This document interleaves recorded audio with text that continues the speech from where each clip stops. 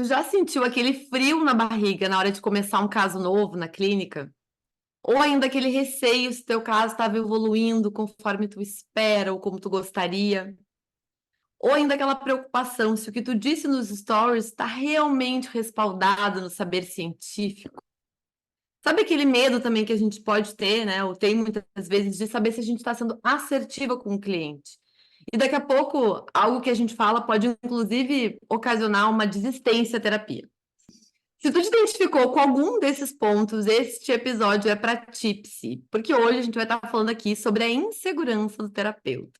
A insegurança, ela muitas vezes nos mostra aquilo que é importante. Mas quando a insegurança está muito alta, ela pode sim nos paralisar ou nos impedir de fazer coisas que são muito importantes na nossa profissão. Então vem junto que vai ter muita conversa boa por aqui.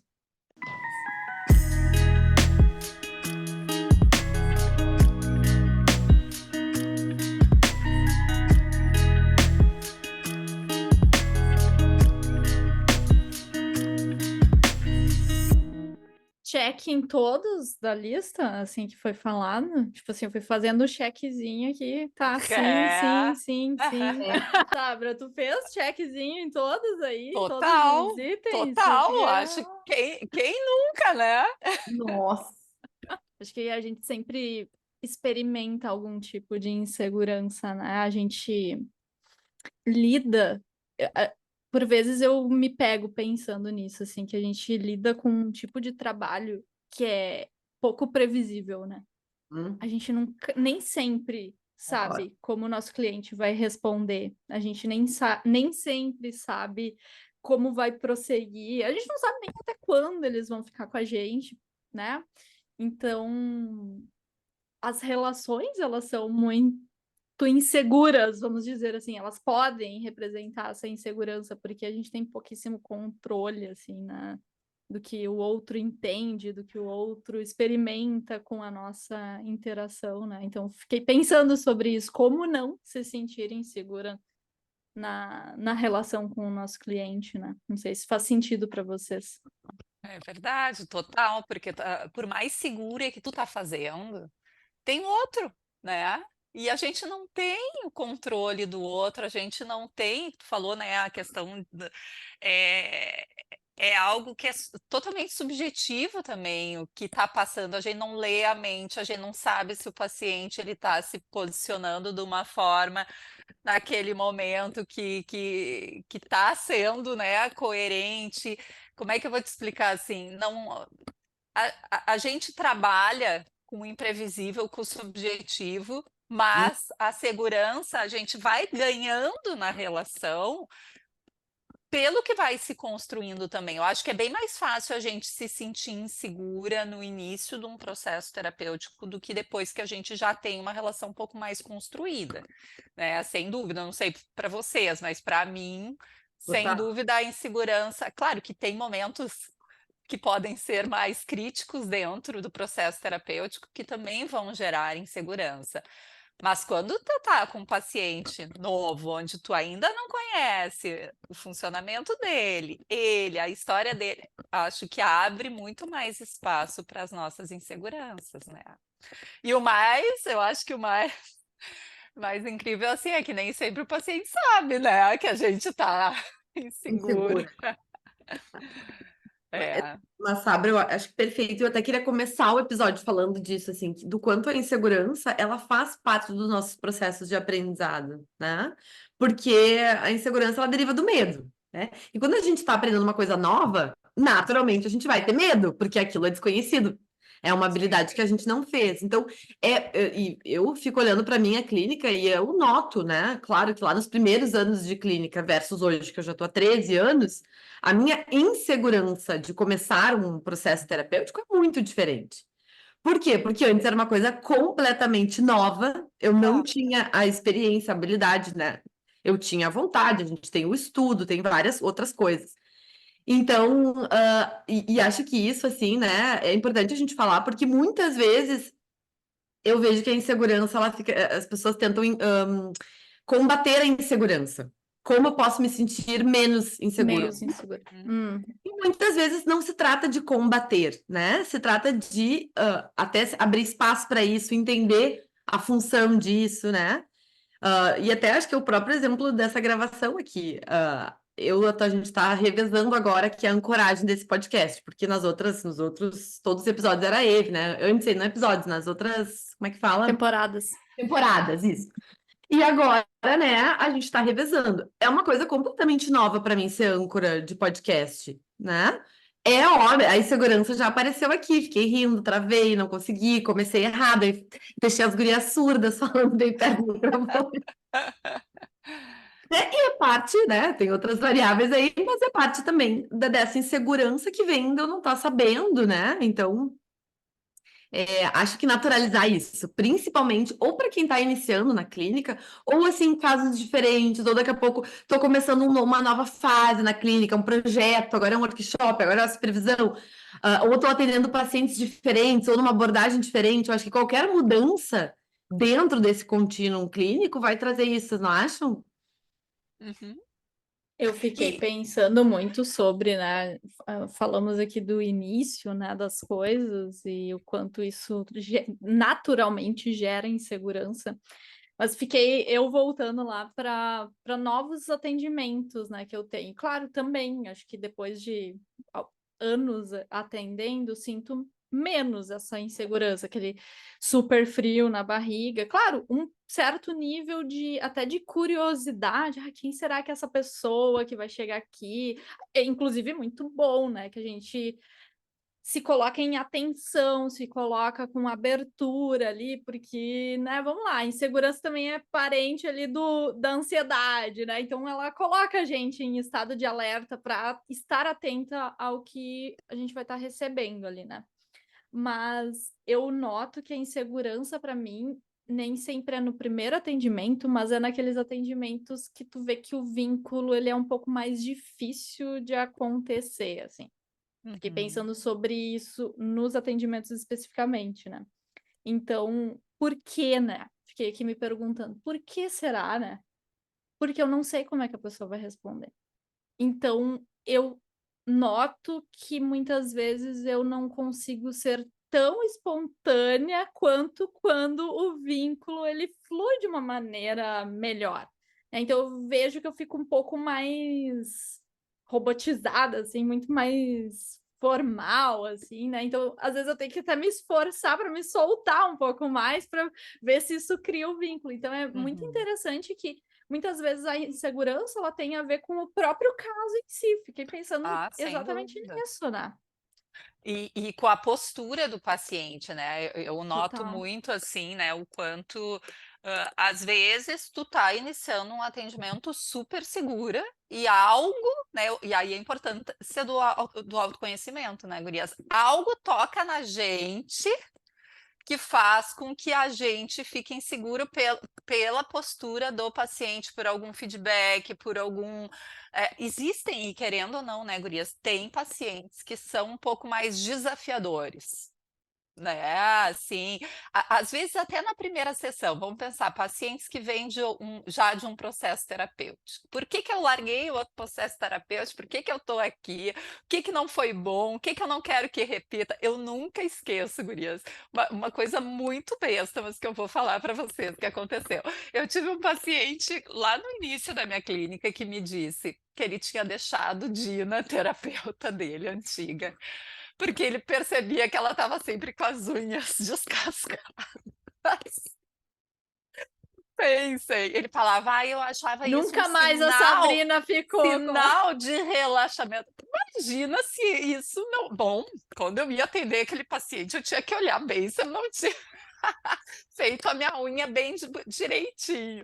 Mas, assim, é um exemplo, assim, né, que às vezes daí tu pode exemplo simples e besta, mas que de alguma forma toca, né, é aquilo que tu vê, eu me A peguei sensação de que tu tá pensando. sendo avaliada, né? Exatamente, né, e eu acho que muitos pacientes vêm também por um processo terapêutico, nem sempre estão dispostos a se entregar, eles também têm as inseguranças dele, nós estamos falando Claro. das nossas, e eles também vão nos dar uma testadinha, né, também, e isso a gente tem que estar bem consciente para se dar conta e não permitir que atrapalha o processo, né? Aí já entrou muito aqui na praia que eu adoro, que é da relação terapêutica, né? Porque Uhum.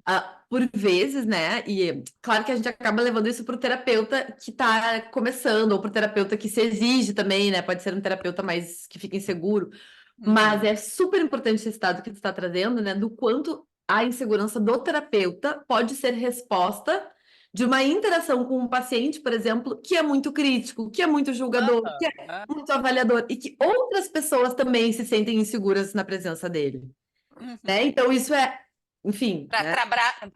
trabalhar com ele isso, inclusive. Exatamente. Então, o quanto essa insegurança do terapeuta não está falando de algo da relação e que é algo que pode ser, né, um comportamento alvo ali para buscar, né, na hora de trabalhar com o cliente, de como ajudar Acho com que é que ele sempre. não deixe É as sempre. pessoas tão inseguras, né, que ele consiga trazer mais essa abertura. Eu acho que é Uhum. sempre bom fazer um adendo aqui, né? Principalmente quando isso não é algo comum do terapeuta sentir, né? Exato. Porque se eu Isso. me sinto insegura com todos os meus clientes, é Exato. provável que isso seja mais meu do que, Com certeza. né? Então, assim, Total, Eve. então acho que é sempre importante a gente fazer essa reflexão. Puxa, onde é que tá tocando aqui em mim? Será que é meu isso? Será que é da história desse cliente? Né? É. Então, sempre E, e, importante. e acho que seguindo, Gurias, acho que o ponto também, então a gente já, né, abordou aqui que a insegurança ela faz parte, ela significa que a gente está aprendendo e ela significa também que algo é importante. Tá? Ah, mas eu também queria pontuar, não sei se vocês concordam, que eu acho que a insegurança ela pode sim ser um problema, ou a gente pode ter uma relação problemática com a insegurança, quando eu acho que ela é muito intensa, ou daqui a pouco ela, tipo, é como se ela não. Porque a insegurança, como ela é uma emoção, ela varia, né? Uhum. Mas se ela tá sempre alta, aqui a gente tem um processo aqui de inflexibilidade. E se eu acabo deixando de fazer coisas que seriam importantes ou presa em algumas estratégias que não funcionam. Então, por exemplo, eu estou insegura, vamos ampliar aqui, não só da clínica, eu estou insegura de começar a postar ali no Instagram, né? E é uma insegurança muito intensa que sempre me faz não fazer os stories, eu faço, eu apago, eu fico sempre ruminando no que não deu certo. E aí eu me comparo, eu abro o Instagram das psis que eu admiro. Então, a forma como eu tô lidando com essa insegurança não tá legal, não tá me ajudando daqui a pouco, né, a conseguir ter essa postura.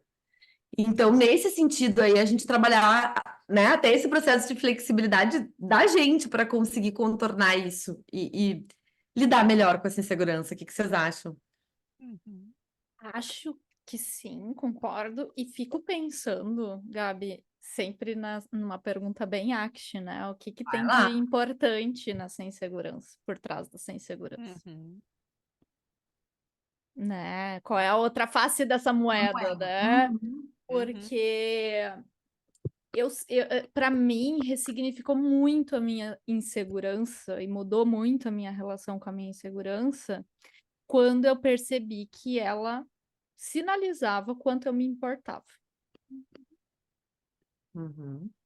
né? Então, se eu tô insegura em fazer uma postagem X ali no Instagram, e vivi isso recentemente, porque eu mudei de nicho no meu perfil, e aí comecei a falar mais para colegas, né? Então, isso por si só, né?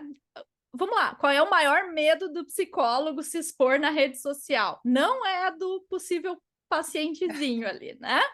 É do coleguinha que É vai muito legal. criticar. E aí, quando tu começa a falar diretamente, ou que nem a gente aqui fazendo um podcast direcionado para psis agora, né? Puxa, o que vão pensar? Será que eu tô falando alguma Muito. bobagem? Né? Então, tô mudando aqui a minha forma de produzir conteúdo. Tá, por que será que eu tô insegura em fazer essa postagem? Né? O que será que essa insegurança tá tentando me sinalizar aqui nessa situação? Para mim, ela me sinaliza do quanto eu me importo com o conteúdo que eu tô gerando ali, com a qualidade. Me importo que sim, que as pessoas gostem do que eu tô postando, porque ninguém posta no Instagram para não gostarem. Ah, tá, não me importo se ninguém gostar. Claro que a gente se Uhum. importa, né? Claro. Então, só que a questão é bem o que tu disse, Gabi, ficar travado nisso e não conseguir flexibilizar o movimento. O que eu faço com essa insegurança? Então, eu fico ali presa no que o outro pode pensar, eu fico presa no... eu quero um conteúdo de qualidade, mas aí eu nunca chego nesse conteúdo de qualidade, ele nunca tá bom o suficiente, e aí eu nunca me exponho, né? Eu nunca vou para a vida real. Eu fico só na vida mental ali, né? Mental. E assim como a gente estava falando da gente ter, né, a consciência que a insegurança sempre vai fazer parte, vai vir nos visitar, a gente também ter consciência que o julgamento, a crítica também sempre vai existir. Por melhor que a gente esteja fazendo, o melhor que a gente pode e o que a gente acredita ser o melhor. Né? Então, acho que isso é o que também possa nos ajudar frente à insegurança. É a gente estar coerente do que a gente está fazendo. Porque se eu estou ali atendendo e daqui a pouco eu sinto que a minha insegurança não só tem a ver com, né, daqui a pouco com a relação com o paciente, mas eu acho que eu tenho que ser uma melhor terapeuta, que daqui a pouco eu tenho que estudar mais aquele caso, que eu tenho coisas a fazer para driblar isso e me tornar mais coerente com o que eu acredito que seja ser uma boa terapeuta.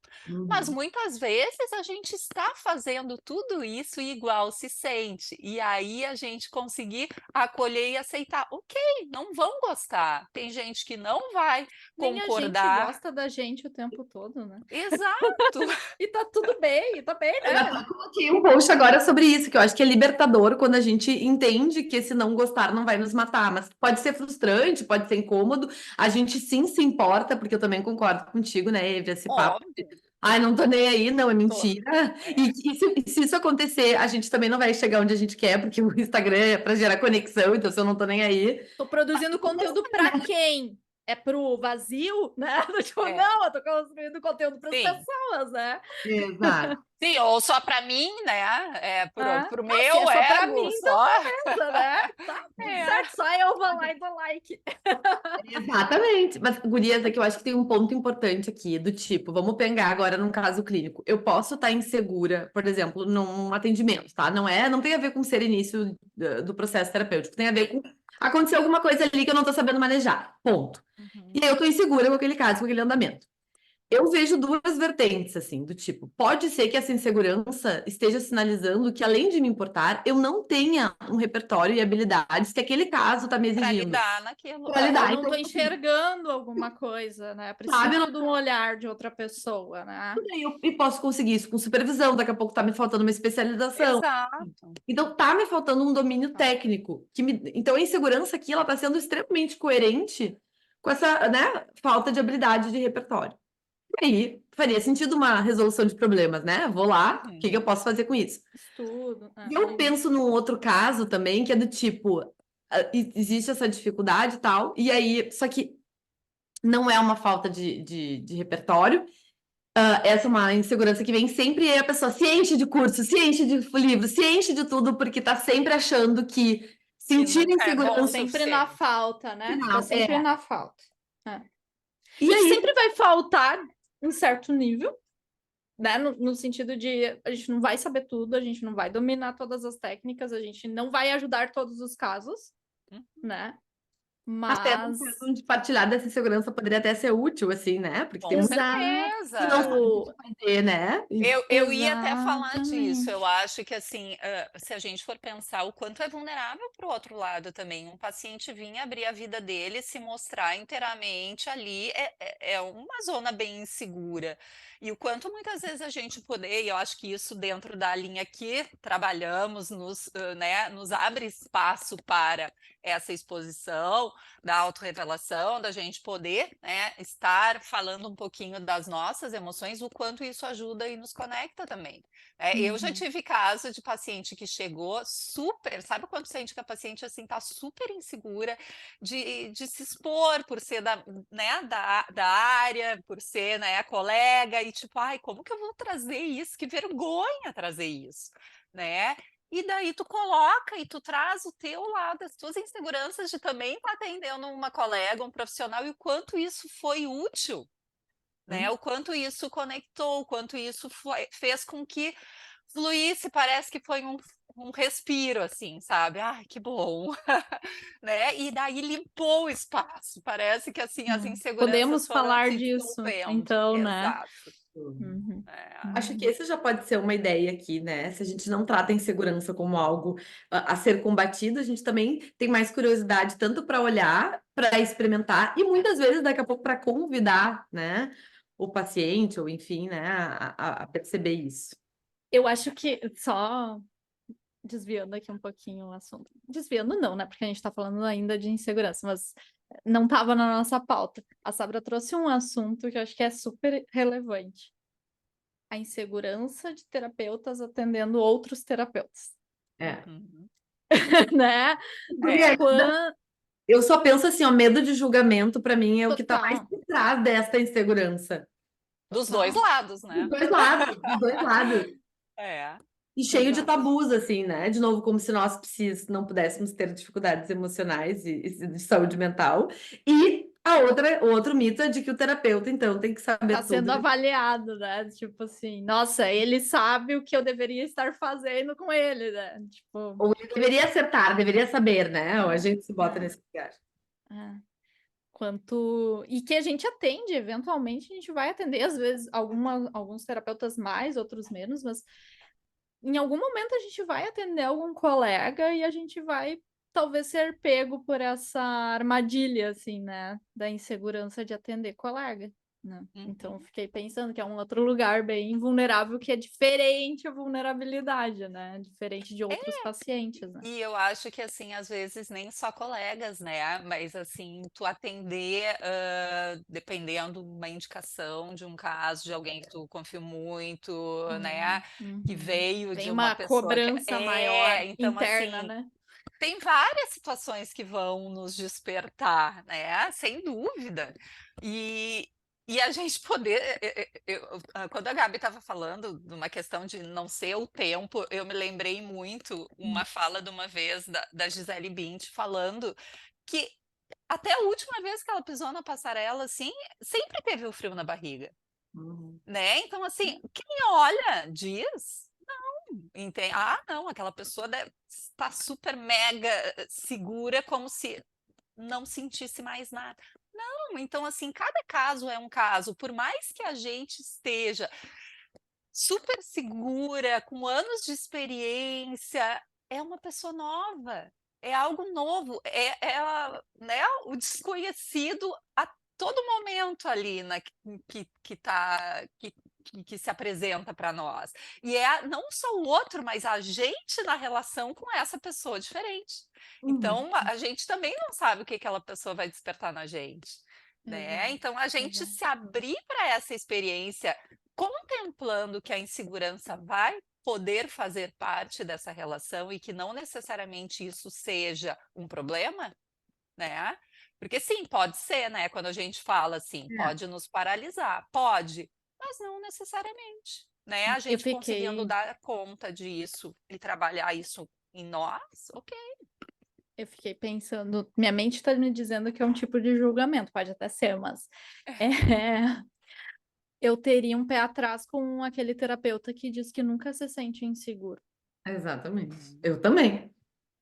Aliás, com qualquer pessoa, né, gente? É isso que eu fico pensando. Claro, claro. Né? Um Porque médico que nunca se sente inseguro, uma pessoa que nunca, gente, isso né, não é humano. Acho que tem todas as ilusões que a gente entra, né? Porque até do tipo, fiquei pensando até na própria questão do casamento, né? Tu pode estar segura de que a relação tá bem, mas isso não significa que ela vai que estar está sempre, bem. né? E É, acho que a gente entra nessas ilusões, assim. Acho que a pandemia também, nesse, lembrei muito, porque a gente nunca imaginou que alguma coisa tão diferente fosse acontecer. Então, o nosso grau de insegurança e previsibilidade, ele é alto. Só que a gente acaba driblando isso ao longo do tempo, né? Eu acho que é sobre realmente quando que a insegurança é útil e quando não, né?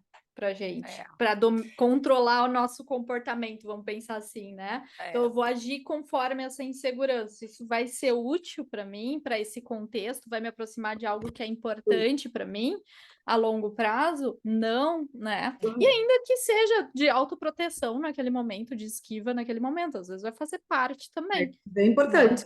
Mas talvez uma pergunta que para mim ajudou, né? E eu me considero alguém que experimenta muita insegurança, era do tipo, tá, essa insegurança tá falando realmente de algo que eu preciso atentar ou não?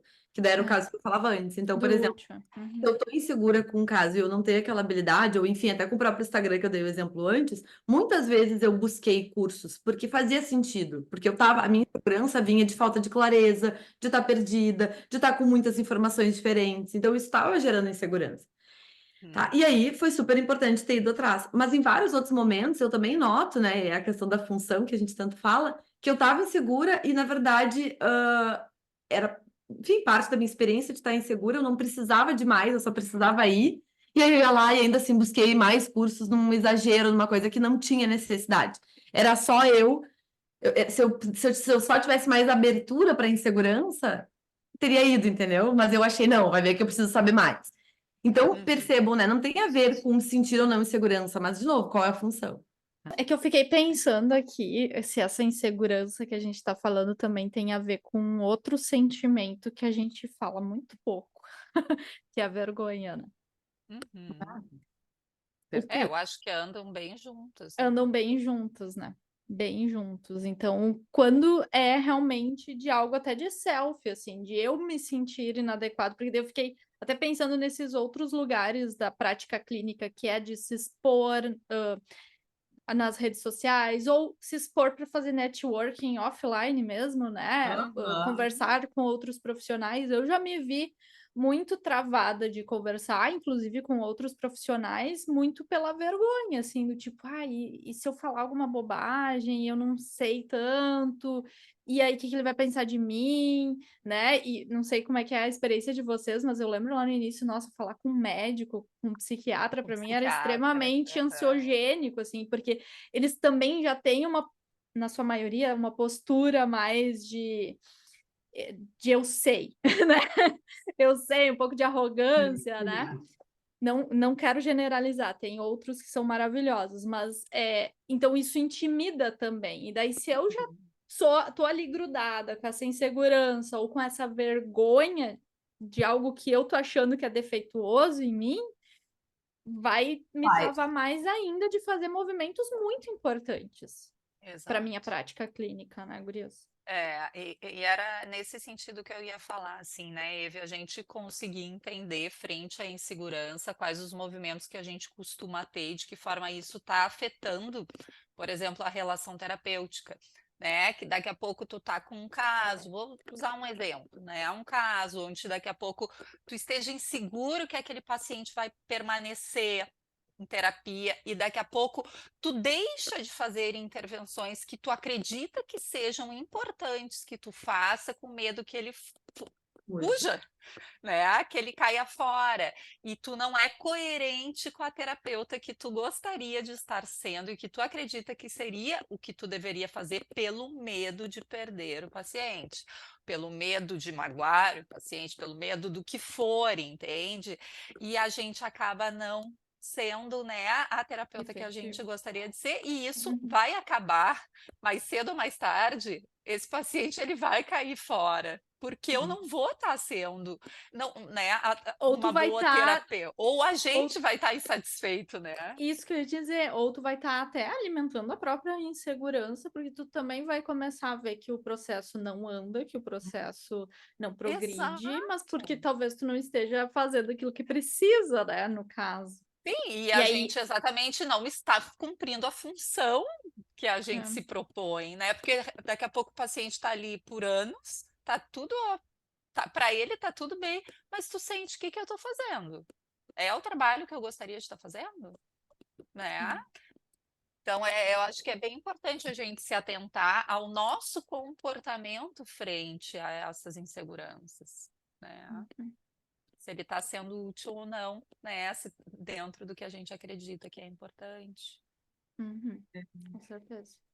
E gurias, eu acho que para fechar, porque acho que a gente conseguiu aprofundar né, ficou a ideia do quanto a insegurança ela pode nos tocar em vários pontos da jornada clínica, desde os atendimentos até o Instagram, até um caso, até o networking, enfim, são N exemplos, né? Mas eu acho que o que a gente falou aqui é dessa construção de quando essa insegurança atrapalha e também o que a gente pode fazer com isso.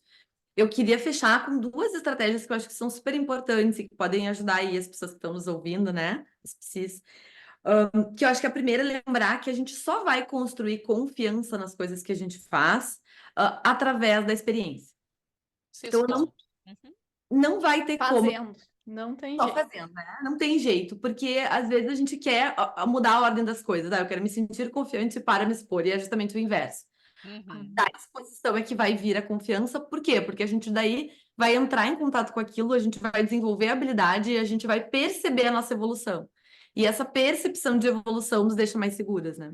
Vai reforçando. Uhum. Então, né, avalia aí se tu tá precisando de alguma ajuda extra, mas caso tu note que não, né, e que essa insegurança já é uma velha conhecida, e ela sempre te diz as mesmas coisas, né, que não tá bom, que isso, que aquilo, esse é o momento daqui a pouco de não ouvir tanto esta voz, né, ou só levar junto essa experiência da insegurança junto contigo.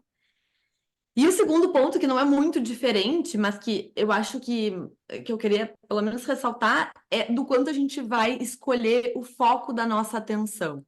Então, eu estou insegura, por exemplo, aqui, em começar um trabalho de postagens, o meu foco de atenção pode ser nessa insegurança e em todas as coisas que me assustam daí, ou o meu foco de atenção pode ser no conseguir, no ir lá e tentar, porque isso é importante, no ir lá e me arriscar, no ir lá e olhar pessoas que fazem, no ir lá e estar junto com pessoas que me apoiam, no ir lá e eu mesmo me reforçar toda vez que eu fizer. Então, eu tô com a insegurança, mas o meu foco de atenção não tá em evitar, tá em justamente focar naquelas coisas que são importantes. Né? Então, Vou acrescentar uma coisa, agora me veio aqui enquanto tu estava falando. Tenha com quem compartilhar as tuas inseguranças. Uhum. Que não necessariamente vai ser tua psicóloga, né? Ou psicóloga. Mas às vezes pessoas que experimentam coisas parecidas contigo, assim, né? E colegas, por exemplo, acho que isso valida também muito da nossa experiência e, particularmente, para mim, me gera muito mais coragem. O próprio movimento de falar em voz alta sobre o que eu tô sentindo e o que eu tô pensando já me desfusiona muito, assim, Com né? certeza. É muito rápido, assim, para mim. Mas esse compartilhar, eu acho que dá a oportunidade da gente também ser ajudado nesse processo. A gente não precisa passar por isso sozinho. Fiquei pensando nisso também. perfeito, Eve, perfeito. Que é parte do acolher, né? Tem Exato. alguma outra ideia para fechar, Sabra? Não, acho que é isso. Acho que todo o processo de autoconhecimento é válido nisso, né? Porque sem ele a gente nem se dá conta, a gente não se dá conta nem de que está sentindo muitas vezes, porque a gente está tentando fugir disso, e a gente está, né, driblando, tentando driblar com aquela forma que nos é habitual e que muitas vezes a gente também não se dá conta que está a serviço de tentar fugir dessa insegurança, né? Então, eu acho que a gente investir nesse autoconhecimento, acho que a troca que a Eve trouxe agora é muito importante, que é muitas vezes a gente podendo falar sobre isso, que a gente se dá conta, não realmente, né, como que eu tô, o que que eu faço, isso nos ajuda bastante, né, a conseguir separar, botar cada coisa no seu lugar e ter escolhas mais assertivas para a gente, né, dentro do que a gente espera ser como terapeuta. Perfeito. Bom, Então a gente fica por aqui, né? Até o próximo episódio do Psicando Psi. isso aí, gente. Beijo, beijo. Beijo. Até o próximo.